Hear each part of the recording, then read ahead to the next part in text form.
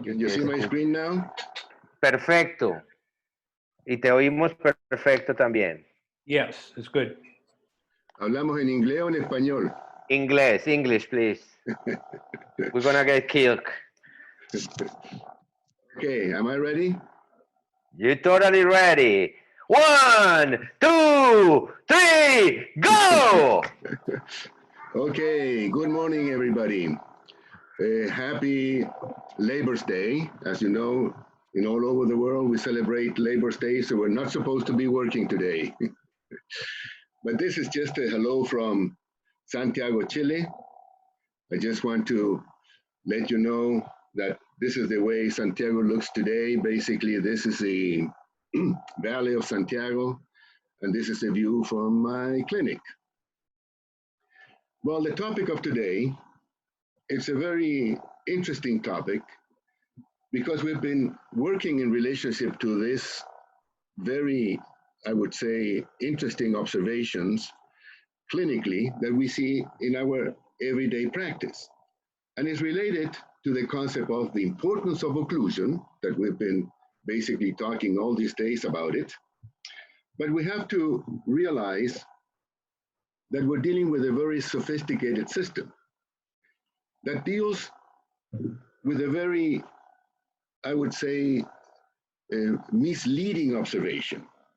For many years, when we talk about craniomandibular disorders, headaches, facial pain, temporomandibular joint problems, we usually see on the screen a cranium with a mandible, but we forget that it's not only a relationship between the cranium and the mandible, but we also have to take in consideration everything that is happening below the cranium and below the mandible.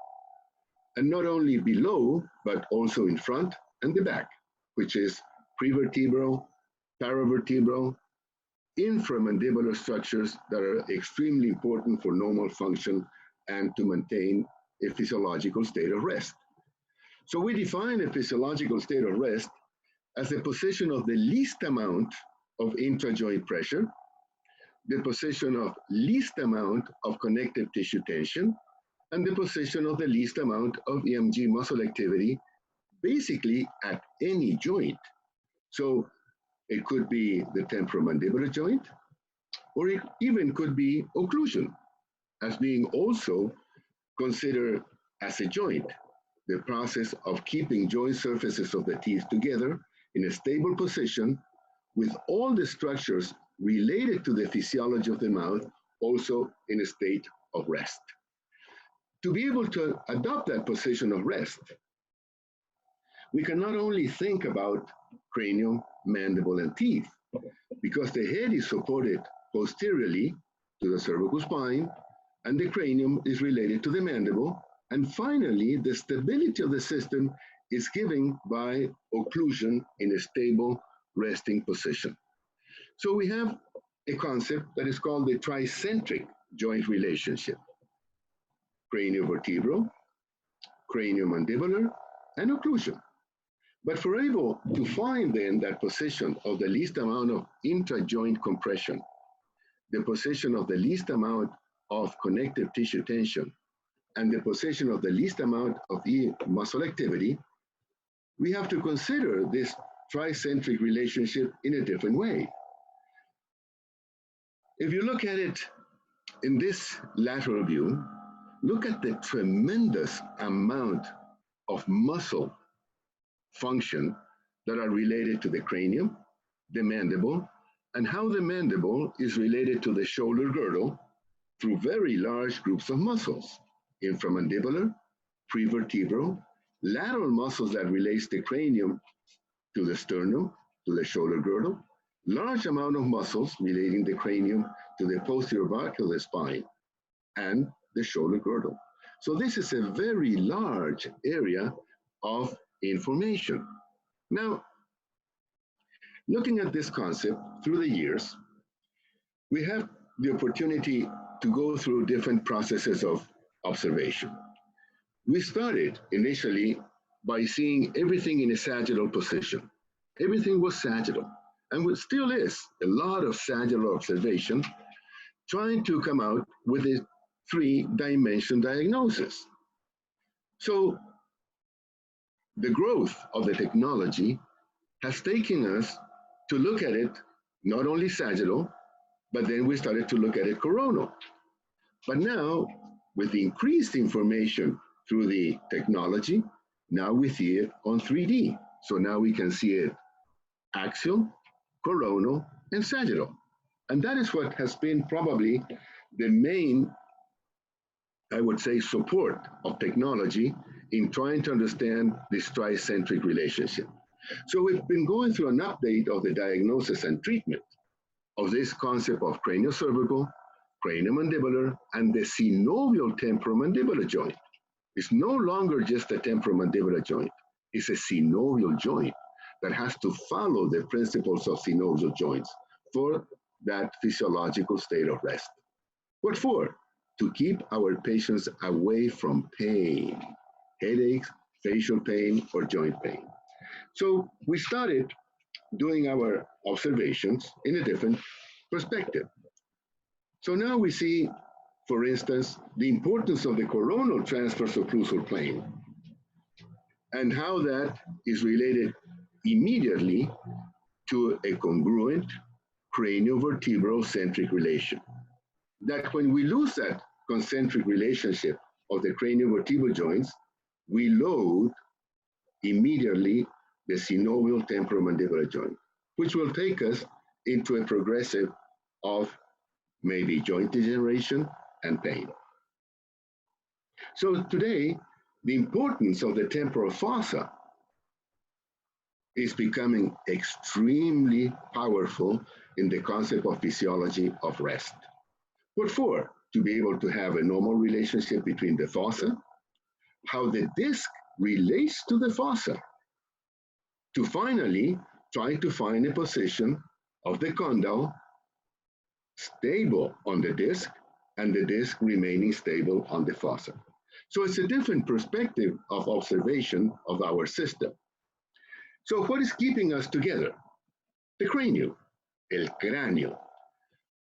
And this cranium, of course, is very interesting to observe because this is what's going to keep us together, the position of the cranium in space and the relationship of the cranium in relationship to the rest of the body.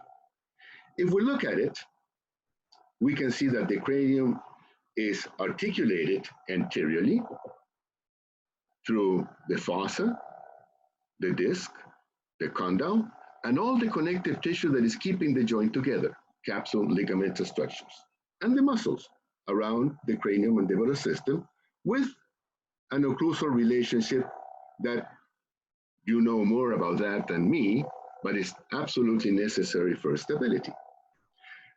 But when we look at it in a different perspective, look at the cranium now posteriorly. You can see the large amount of joint structures that we're going to see, the large amount of muscles that are attached to the cranium, that is giving you a perspective of observation where you're going to have a relationship of the cranium anteriorly, which will give you a 50% observation of this functional system. So when you do a craniomandibular diagnosis related to occlusion, joints, etc., you're only doing a 50% diagnosis. We heard a little bit about that this morning in some of the lectures before. But if you look at posteriorly, the cranium also relates to the upper cervical spine or to the spine in general. So we have the cranium divided in two functional systems, a craniomandibular and a craniovertebral, each one with differential diagnoses independent that we cannot isolate. So the cranium is giving us 50% posterior and 50% anterior functional relationship that you cannot isolate. So when we try to observe this concept of stability of the cranium, basically mainly related for symmetries and proportions of the face and symmetries and proportions of the mandible, for a symmetrical concept of symmetries and proportion. So when we look at it initially, and we look at the skeletal observation of the cranium, we started looking at it through images. And this is an anterior-posterior transoral X-ray, but it's a medical X-ray that gave us probably the most important concept of observation of how the cranium is sitting on top of the upper cervical spine related to craniovertebral joints. But if you look at that, you can see that the cranium that is sitting on top of the upper cervical spine as craniovertebral joints, then you can start thinking that the mandible also has to fit to the cranium, relating the stability of the mandible independent but dependent from the position of the cranium in the upper cervical spine. So we started analyzing this. What was the first observation through this transoral X-ray?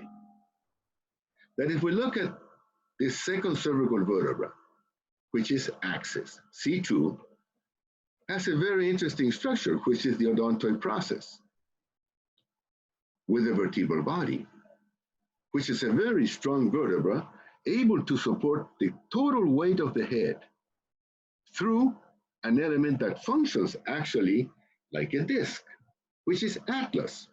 So atlas is relating to the occiput and is relating to C2 axis, functioning in between these two structures, cranium, C2, as a disc.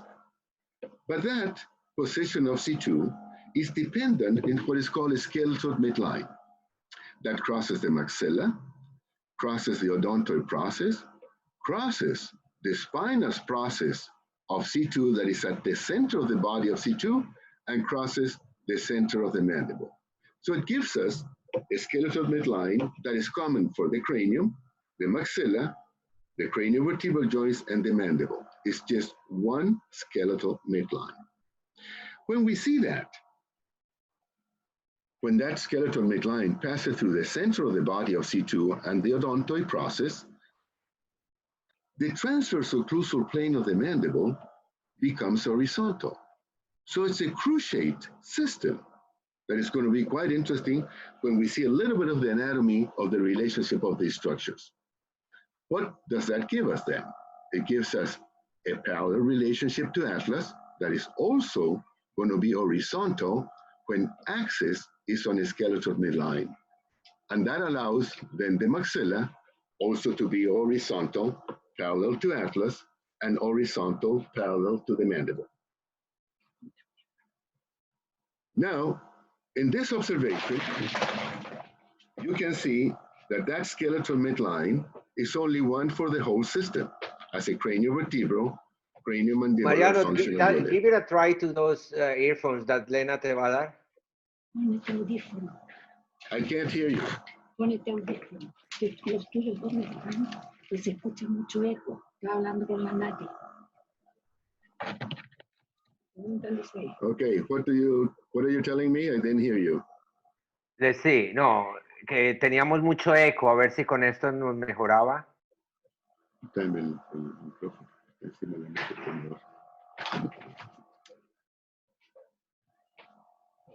Okay, how is it now? It still sounds, I think is the microphone, the one that is creating the echo. We hear here como un robot, se suena un eco. I am a robot. You know? I know, Robocop. Oh, I didn't want to bother you before, but I told Natalia and she called Lena, so I'm sorry. That's okay. Well, I was just trying to refer to the concept of the skeletal midline that crosses C2, odontoid process, and spinous process of C2. That gives us a common skeletal midline for the maxilla and also for the mandible. So it's just one skeletal midline that allows the maxilla to be horizontal, atlas to be horizontal, and the mandible to have transverse occlusal plane horizontal and parallel to each other. I'm going to put now. No worries. Believe me that People is thirsty to listen to you, so we will wait.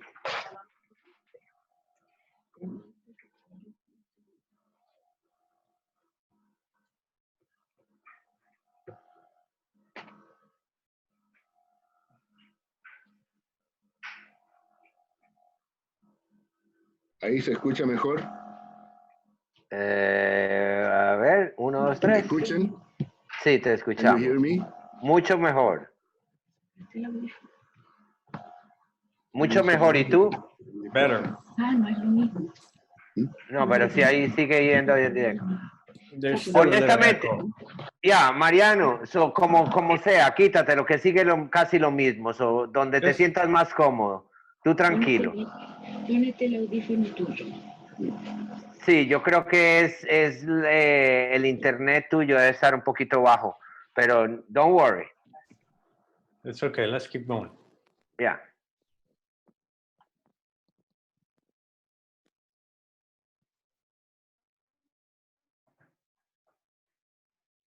¿Y ahora cómo se escucha? Ahora perfecto. Un poquito más duro, pero ya no hay eco ninguno. Okay. Mechanics. Okay, let's go back then to our basic principle of centric relation. No, ahora no, wait. What happened? Ahora no, está como traqueando. Y se oye muy voice, lejos. Your voice is very far. Sí, se oye muy lejos. ¿Qué te que pusiste un... Me puse un audífono. y pues de ahí mismo se habla. El micrófono está ahí mismo pegado. Del Lo audífono. elimino. ¿Cómo se siente ahí? Better. Better, pero hay eco. Y con el otro no hay eco, pero no se oye la voz. Pero se oye la voz. No, el blanco. El blanco es audífono. ¿Este? El de allá. Pero me dijeron que se escuchaba igual.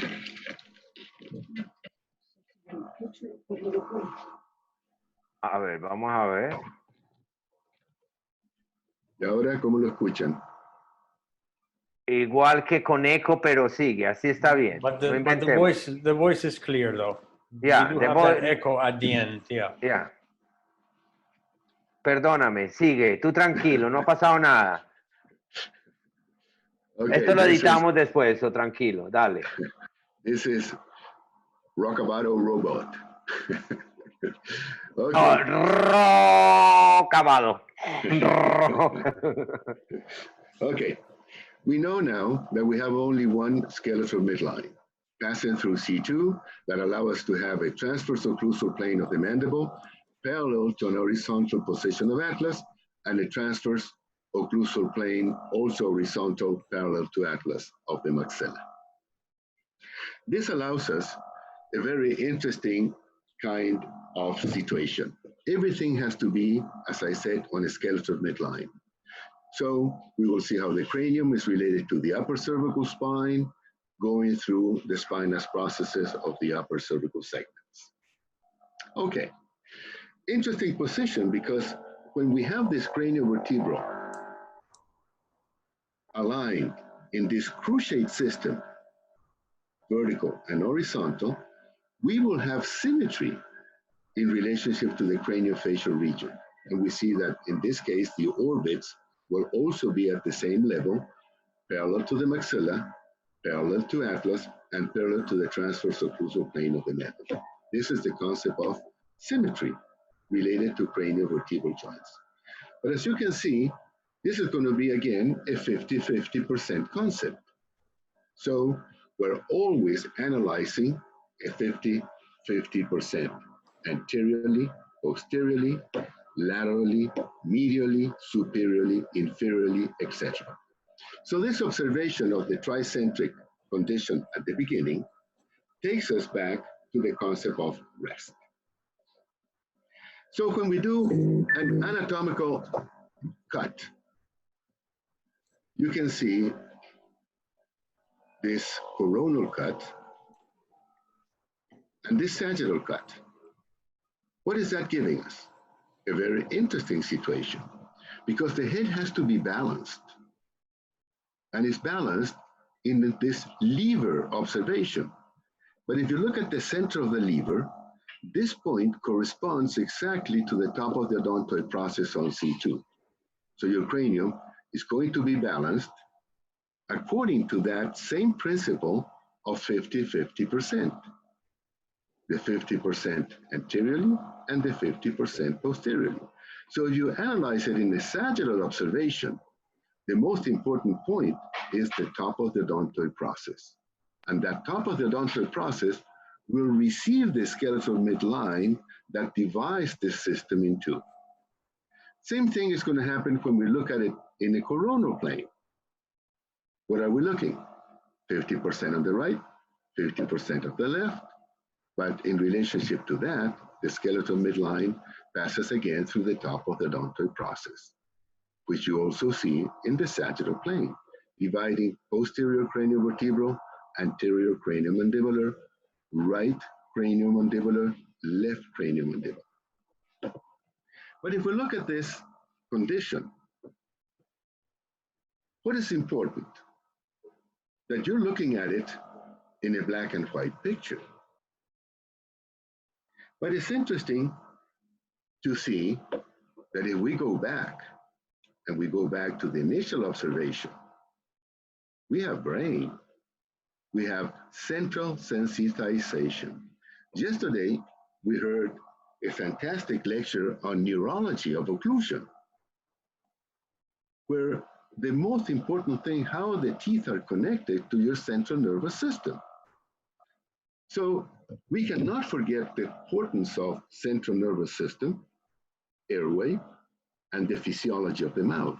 Everything goes together. It's not just the black and white observation. And I can say black and white, coronal, sagittal, and I can refer to you as the 50-50% concept. But I cannot forget one of the most important things is brain. We have central nervous system receiving all the information of every contact of your teeth, sending information to your central nervous system. That's why I want a balanced situation where all the occlusal contacts are going to be, depending on your principles, sending information to the central nervous system. The other important concept, airway. We've been talking about airway for many, many years. This is not new.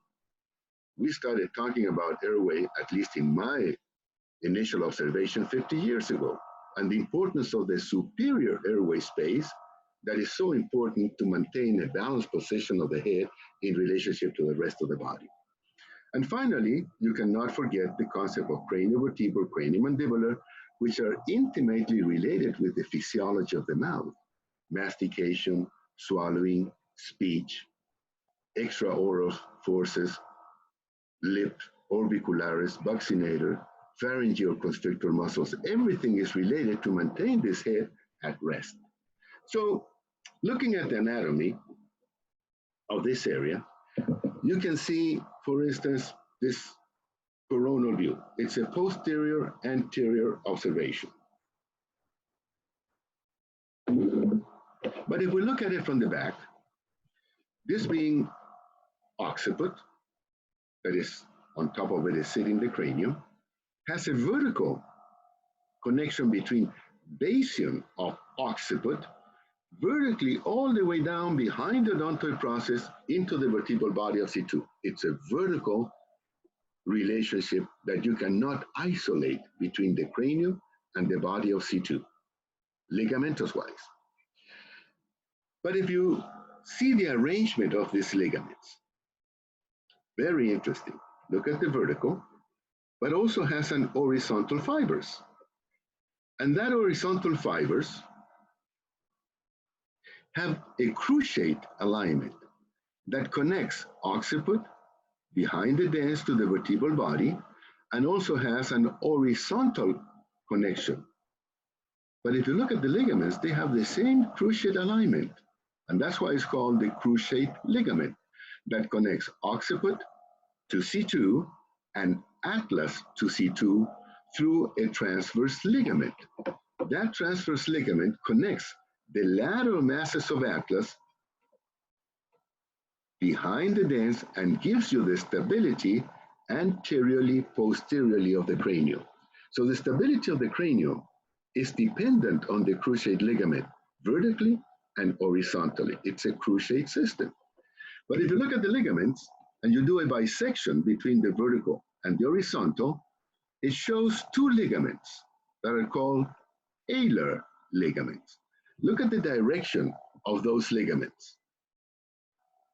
The bisection connects the odontoid process, connects C2 directly to the condyles of occiput. And this maintains this cranium in an horizontal position. These forces are holding the cranium superiorly, trying to give stability from right to left. So if we have this arrangement, that will allow a stable position of the cranium to the craniovertebral joints, and that is extremely important in the horizontal position of occiput because it determines the position of the temporal bone on the left and on the right side. What is that connecting to? The importance of the fossa. The fossa is going to be horizontal only if the craniovertebral joints follows this cruciate system held by the Aylor ligaments in an horizontal position. And that will determine the position horizontally of the fossas on the right and on the left. So if you have this arrangement, now you can start thinking, what am I going to do with the condyle on the right and what am I going to do with the condyle on the left to follow that horizontal position of the fossa? If we have this arrangement, the weight of the head is passing right through the center of the skeletal midline. It continues through the body of C2 and transmits the forces basically to the rest of the body. So this is the basic alignment of the craniovertebral joints to be able to maintain an horizontal position of the cranium. Now this slide is going to be crucial for you. Why?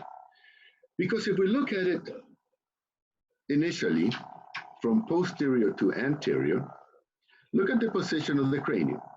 It will follow a relationship to atlas, a relationship to C2, according to that skeletal midline that passes through the top of the dens, passes through the spinous process. If that happens, and C2 is on a skeletal midline, axis on a skeletal midline, atlas can be horizontal. What is that going to do?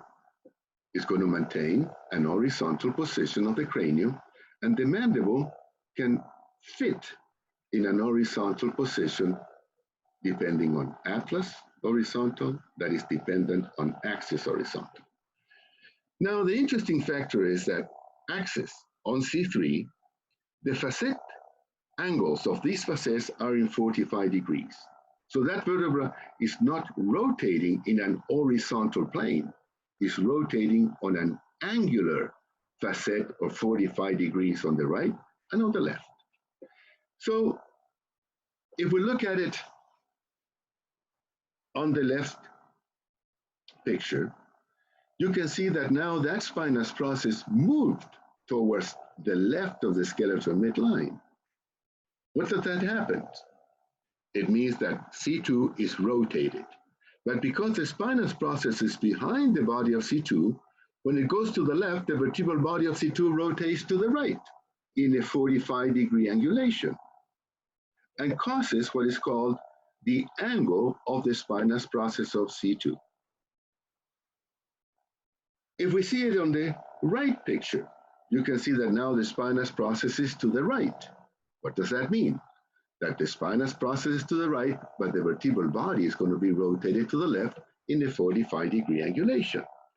That determines that if on the left picture, the spinous process to the left, the body is rotated to the right, the left side has to ascend in 45 degrees, but the right side has to descend in 45 degrees and produces a canted position of C2. That position, same thing is going to happen on the other picture where the right side goes up and the left side goes down. So it's not an horizontal rotation, it's an angulated rotation in 45 degrees. On the right side, spinous process to the right, vertebral body to the left. On the left, the spinous process is to the left, the vertebral body is to the right. And that causes a canted craniovertebral angulation. The cranium then is going to be on the left side, completely rotated to the right, and the spinous process to the left. High on the left, low on the right.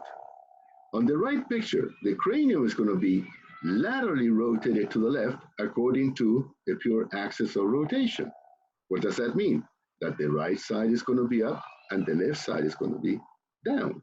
So we have a canted transverse relationship that will transmit that situation towards the position of the cranium. So here we have a craniovertebral joint leveled, skeletal midline, everything is horizontal. But what happens if these vertebrae loses their normal alignment? In this case, look how interesting this is. The spinous process of C2 is going to the left, rotated to the right. But now Atlas is high on the right, low on the left, showing that Atlas is rotated to the left while C2 is rotated to the right. Well, one of these two vertebrae that are canted becomes dominant on the position of the transverse occlusal plane and the canted position of the mandible. So the mandible now is adopting a position depending on the position of Atlas. If Atlas is rotated to the left, high on the right, low on the left, that means high on the right, the mandible is going to be up on the right, low on the left. Why? Because the cranium and the transverse occlusal plane, in this case, will be dependent on the position of Atlas. So it could be Atlas or it could be C2. And that's what we see basically in clinical practice. So it follows the same process of the vertebra and how the mandible reacts to that position. So this is my reality of everyday practice. We have a canted mandible dependent on the canted transverse position of Atlas in this case, even though axis could be rotated to the opposite side. So high resolution tomography has really helped us in trying to follow these procedures of observation, which are extremely important for rest position of the mandible, occlusal contacts, and also the neurology of craniovertebral joints. We started this in a very historical way because when we were analyzing craniovertebral joints through a medical transoral X-ray, we were not looking for the relationship between the maxilla and the mandible or the occlusal contacts or the transverse occlusal plane. We were looking for traumas to the dents like a fracture, fractures of the pedicle of C2, bony anomalies or malformations at the level of the craniovertebral joints through this transoral X-ray. But the observation was way beyond the medical condition of the case. So when we looked at this transoral X-ray, and we traced our skeletal midline through the center of the odontoid process, well, we saw that the spinous process is towards the right. The space between the lateral mass of Atlas and the odontoid process was wider on the right than the left, which if it's wider on the right, is rotated to the right. The spinous process is to the right, so the body is rotated to the left. So we had a misalignment of the position of the craniovertebral joints. When we saw that, then we started to observe positions of the mandible, and we found that we had a canted transverse occlusal plane. Very interesting. What was this craniovertebral alignment related to the transverse occlusal plane of the mandible. So we said, oh, axis is rotated to the left, high on the right, low on the left. And the transverse occlusal plane was adopting the same position of the canted C2 vertebra. So we saw the spinous process to the right, the body rotated to the left rotation of C2. The occlusion was high on the right, low on the left, same as the position of C2. So I measured the position of the spinous process of C2 according to this angle of the spinous process of C2, from the center of the mandible, of the skeletal midline, to the spinous process, and gave me an angle of the spinous process of C2. I measured it, but I also saw that the cranium was canted, the angle of the mandible was canted, and the transverse occlusal plane was canted. But this angle of the canted occlusal plane was proportional with the canted angle of the spinous process of C2. Look how interesting this is. So they move basically, and they go into a canted position proportionally, depending on the amount of rotation that axis in this case could have, inducing this canted mandibular position. So we took this to the high resolution tomography. And what's interesting. Mariano, 5 minutes. I'm so sorry to say that. Okay, so if we see this, what we were looking at axial, coronal, sagittal. And when we saw that, then we realized that this took us to the temporomandibular joint. How? Where we could see that the temporal fossa were symmetrical, proportional, and allowed the condyles to be proportional on the fossa. So this was actually our centric position of the craniovertebral joint as a centric relation that allowed us to keep us in a centric relation of the condyles of the mandible in the fossa. How interesting this was, because when we did the anatomical observations dynamically through the high resolution tomography, we could measure the amount of angulation of atlas, the amount of angulation on the right and the left, if they were proportional. We could measure, according to the skeletal midline, the positions of the spinous process of C2 that gave us an angle of the spinous process. So we needed to level these angulated conditions so that we could take this patient back into this occlusal relationship parallel to the craniovertebral joints. Interesting enough, came the concept of pain. And we saw the trigeminal cervical nucleus related to this. And we saw the convergence of the cervical trigeminal efferents and how they related between the trigeminal nerve and the upper cervical spine. So we saw that there was a connection that was a bidirectional connection between trigeminal 1 and C1, trigeminal 2 with C2, and trigeminal 3 with C3. So it was a bidirectional interaction. We took that into high resolution tomography, and we saw a great connection. What was happening at the level of the temporomandibular joints completely related to what's happening to the craniovertebral joints. And you can see here why, or how can you explain that the right temporomandibular joint is absolutely normal in relationship to anatomy and position, but if you look at the left temporomandibular joint, it's completely degenerated. So we said, well, which is the cause? And we could not differentiate one from the other. And we saw the connection bidirectional, that what was happening at the level of the craniovertebral joints was happening at the level of the temporomandibular joints. And what was happening at the level of the temporomandibular joint was also reflected at the level of the craniovertebral joints.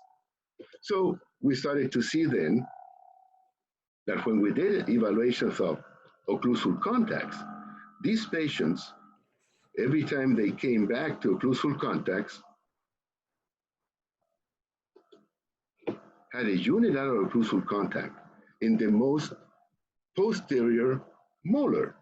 And all the rest of the occlusion was completely open. And we said, well, how come this occlusal contact is only unilateral and the patient does not have contacts in maximum intercuspation? So we analyzed the situation and we saw the degeneration happening at the level of the temporomandibular joint. Why was that happening? Because the joint was functioning in a position that does not correspond to a normal alignment. So if I look at this dynamic relationship, where we see that most of the joints go into degeneration when they function convex and convex. Look at the space on the right side during a lateral movement of the mandible towards the opposite side. Look what happens here on the right side. But look what happens in the same pattern of movement on the left side. You say, why is this degenerating? Why do we have sclerosis? Why do we have subchondral cyst with compression of joint spaces? And here you see no space. The condyle is moving this way, or the condyle is going down. For me, I have to look at it different. The fossa is away from the condyle on the right side, and the fossa is down on the left side. So I said, well, what do I need to do? I need to treat the fossa. How? I have to take the fossa away from the condyle on the left side, and I have to bring the fossa towards the condyle on the right side. So this is the important thing of this connection, that if you don't have actually a really stable fossa, and I see this case after case, we're not going to have basically occlusal contacts at rest. So just let me give you an example how we can change this situation. Because this for me is very interesting. Look what it says here. You've been talking about this all week. But it says centric relation can change depending on what? On time, direction of the load. So when we see changes of condylar position, look what happens. Now we see degeneration of the condyle, we see degenerations of the eminence. How does it start? It starts with the overloading of the condyle. And that happens with time, direction of the load. That's going to happen if you don't have craniovertebral joints aligned so that the fossas can be aligned in an horizontal position, so later you can set the condyles on the fossa. I don't know in which way I'm gonna get killed, if from your side or from the other side, but I'm getting into turbulence. I love you. I love Okay. you. I love Wait. you. And I know that this is important. You have 30 seconds to finish the idea. Okay. Which was the initial cause? The rotation of C2. One more thing. Let me go back to this. Patricia, it's a few things that you cannot say to your father, so I'm apologizing with you in advance. 45 seconds. Rotation of C2. If you look at it, you see on this case, a rotation of atlas towards the left. What is that going to cause? A fulcrum on the right. Fulcrum on the right, open occlusion on the left. Hyperactivity of the muscles on the left side. What is that going to cause? The condyle to move down and back on the side of the fulcrum. Which is the cause? The cause is the rotation of atlas. It could be atlas or it could be C2. This is what you have to be aware of. This is a fulcrum caused by a rotation of a craniovertebral joint misalignment. Left rotation of atlas, right fulcrum on the right side. The beginning of the problem. So This is what you get on the audience most of the time when you talk about fossa. Now, I'm going to show very fast. No, they're going to get killed. Give material for the course. We're going to have a course here in Miami, August 12, 13, and 14. We need to keep going. Go. Okay, just because you're showing me your butt, that's the only reason that I'm going to... Wait. I still have 15 seconds. What do I want to say with this? If you look at this example, this is a craniovertebral fulcrum. It's not a dental fulcrum. It could be dental or could be craniovertebral. So you have to think. How do you have to think? You have to think different. So sometimes we have to go from the opposite end. And usually when I talk about this, this is what I get in relationship to this concept. Very funny faces in a completely different way of observation. Now, we love you. And I love that case that we did together over there. So that's beautiful. This is my last observation. Don't forget that every time you manipulate a mandible, the craniovertebral joints are looking at you. So thank you very much, and sorry for being a little bit late. I love you, Patricia. We love you. Thank you so much. And then, you know, Patricia. Always learn more. So anyways, August, I hope after coronavirus we have this course set up for a year already. So we have a course in Miami, August 12, 13, 14. I think we have this date for the year already. That's what I just mentioned. 2 years we have these dates. So need to have. Okay. All right. I love you. Talk to you later, Mariano. Thank you so much. Besos to Maria and to Lena. Ciao. Patricia, wait, hold on. And we have one more winner and one new participant. You see, Patricia didn't have no hat from Brazil, even that I've been there multiple times.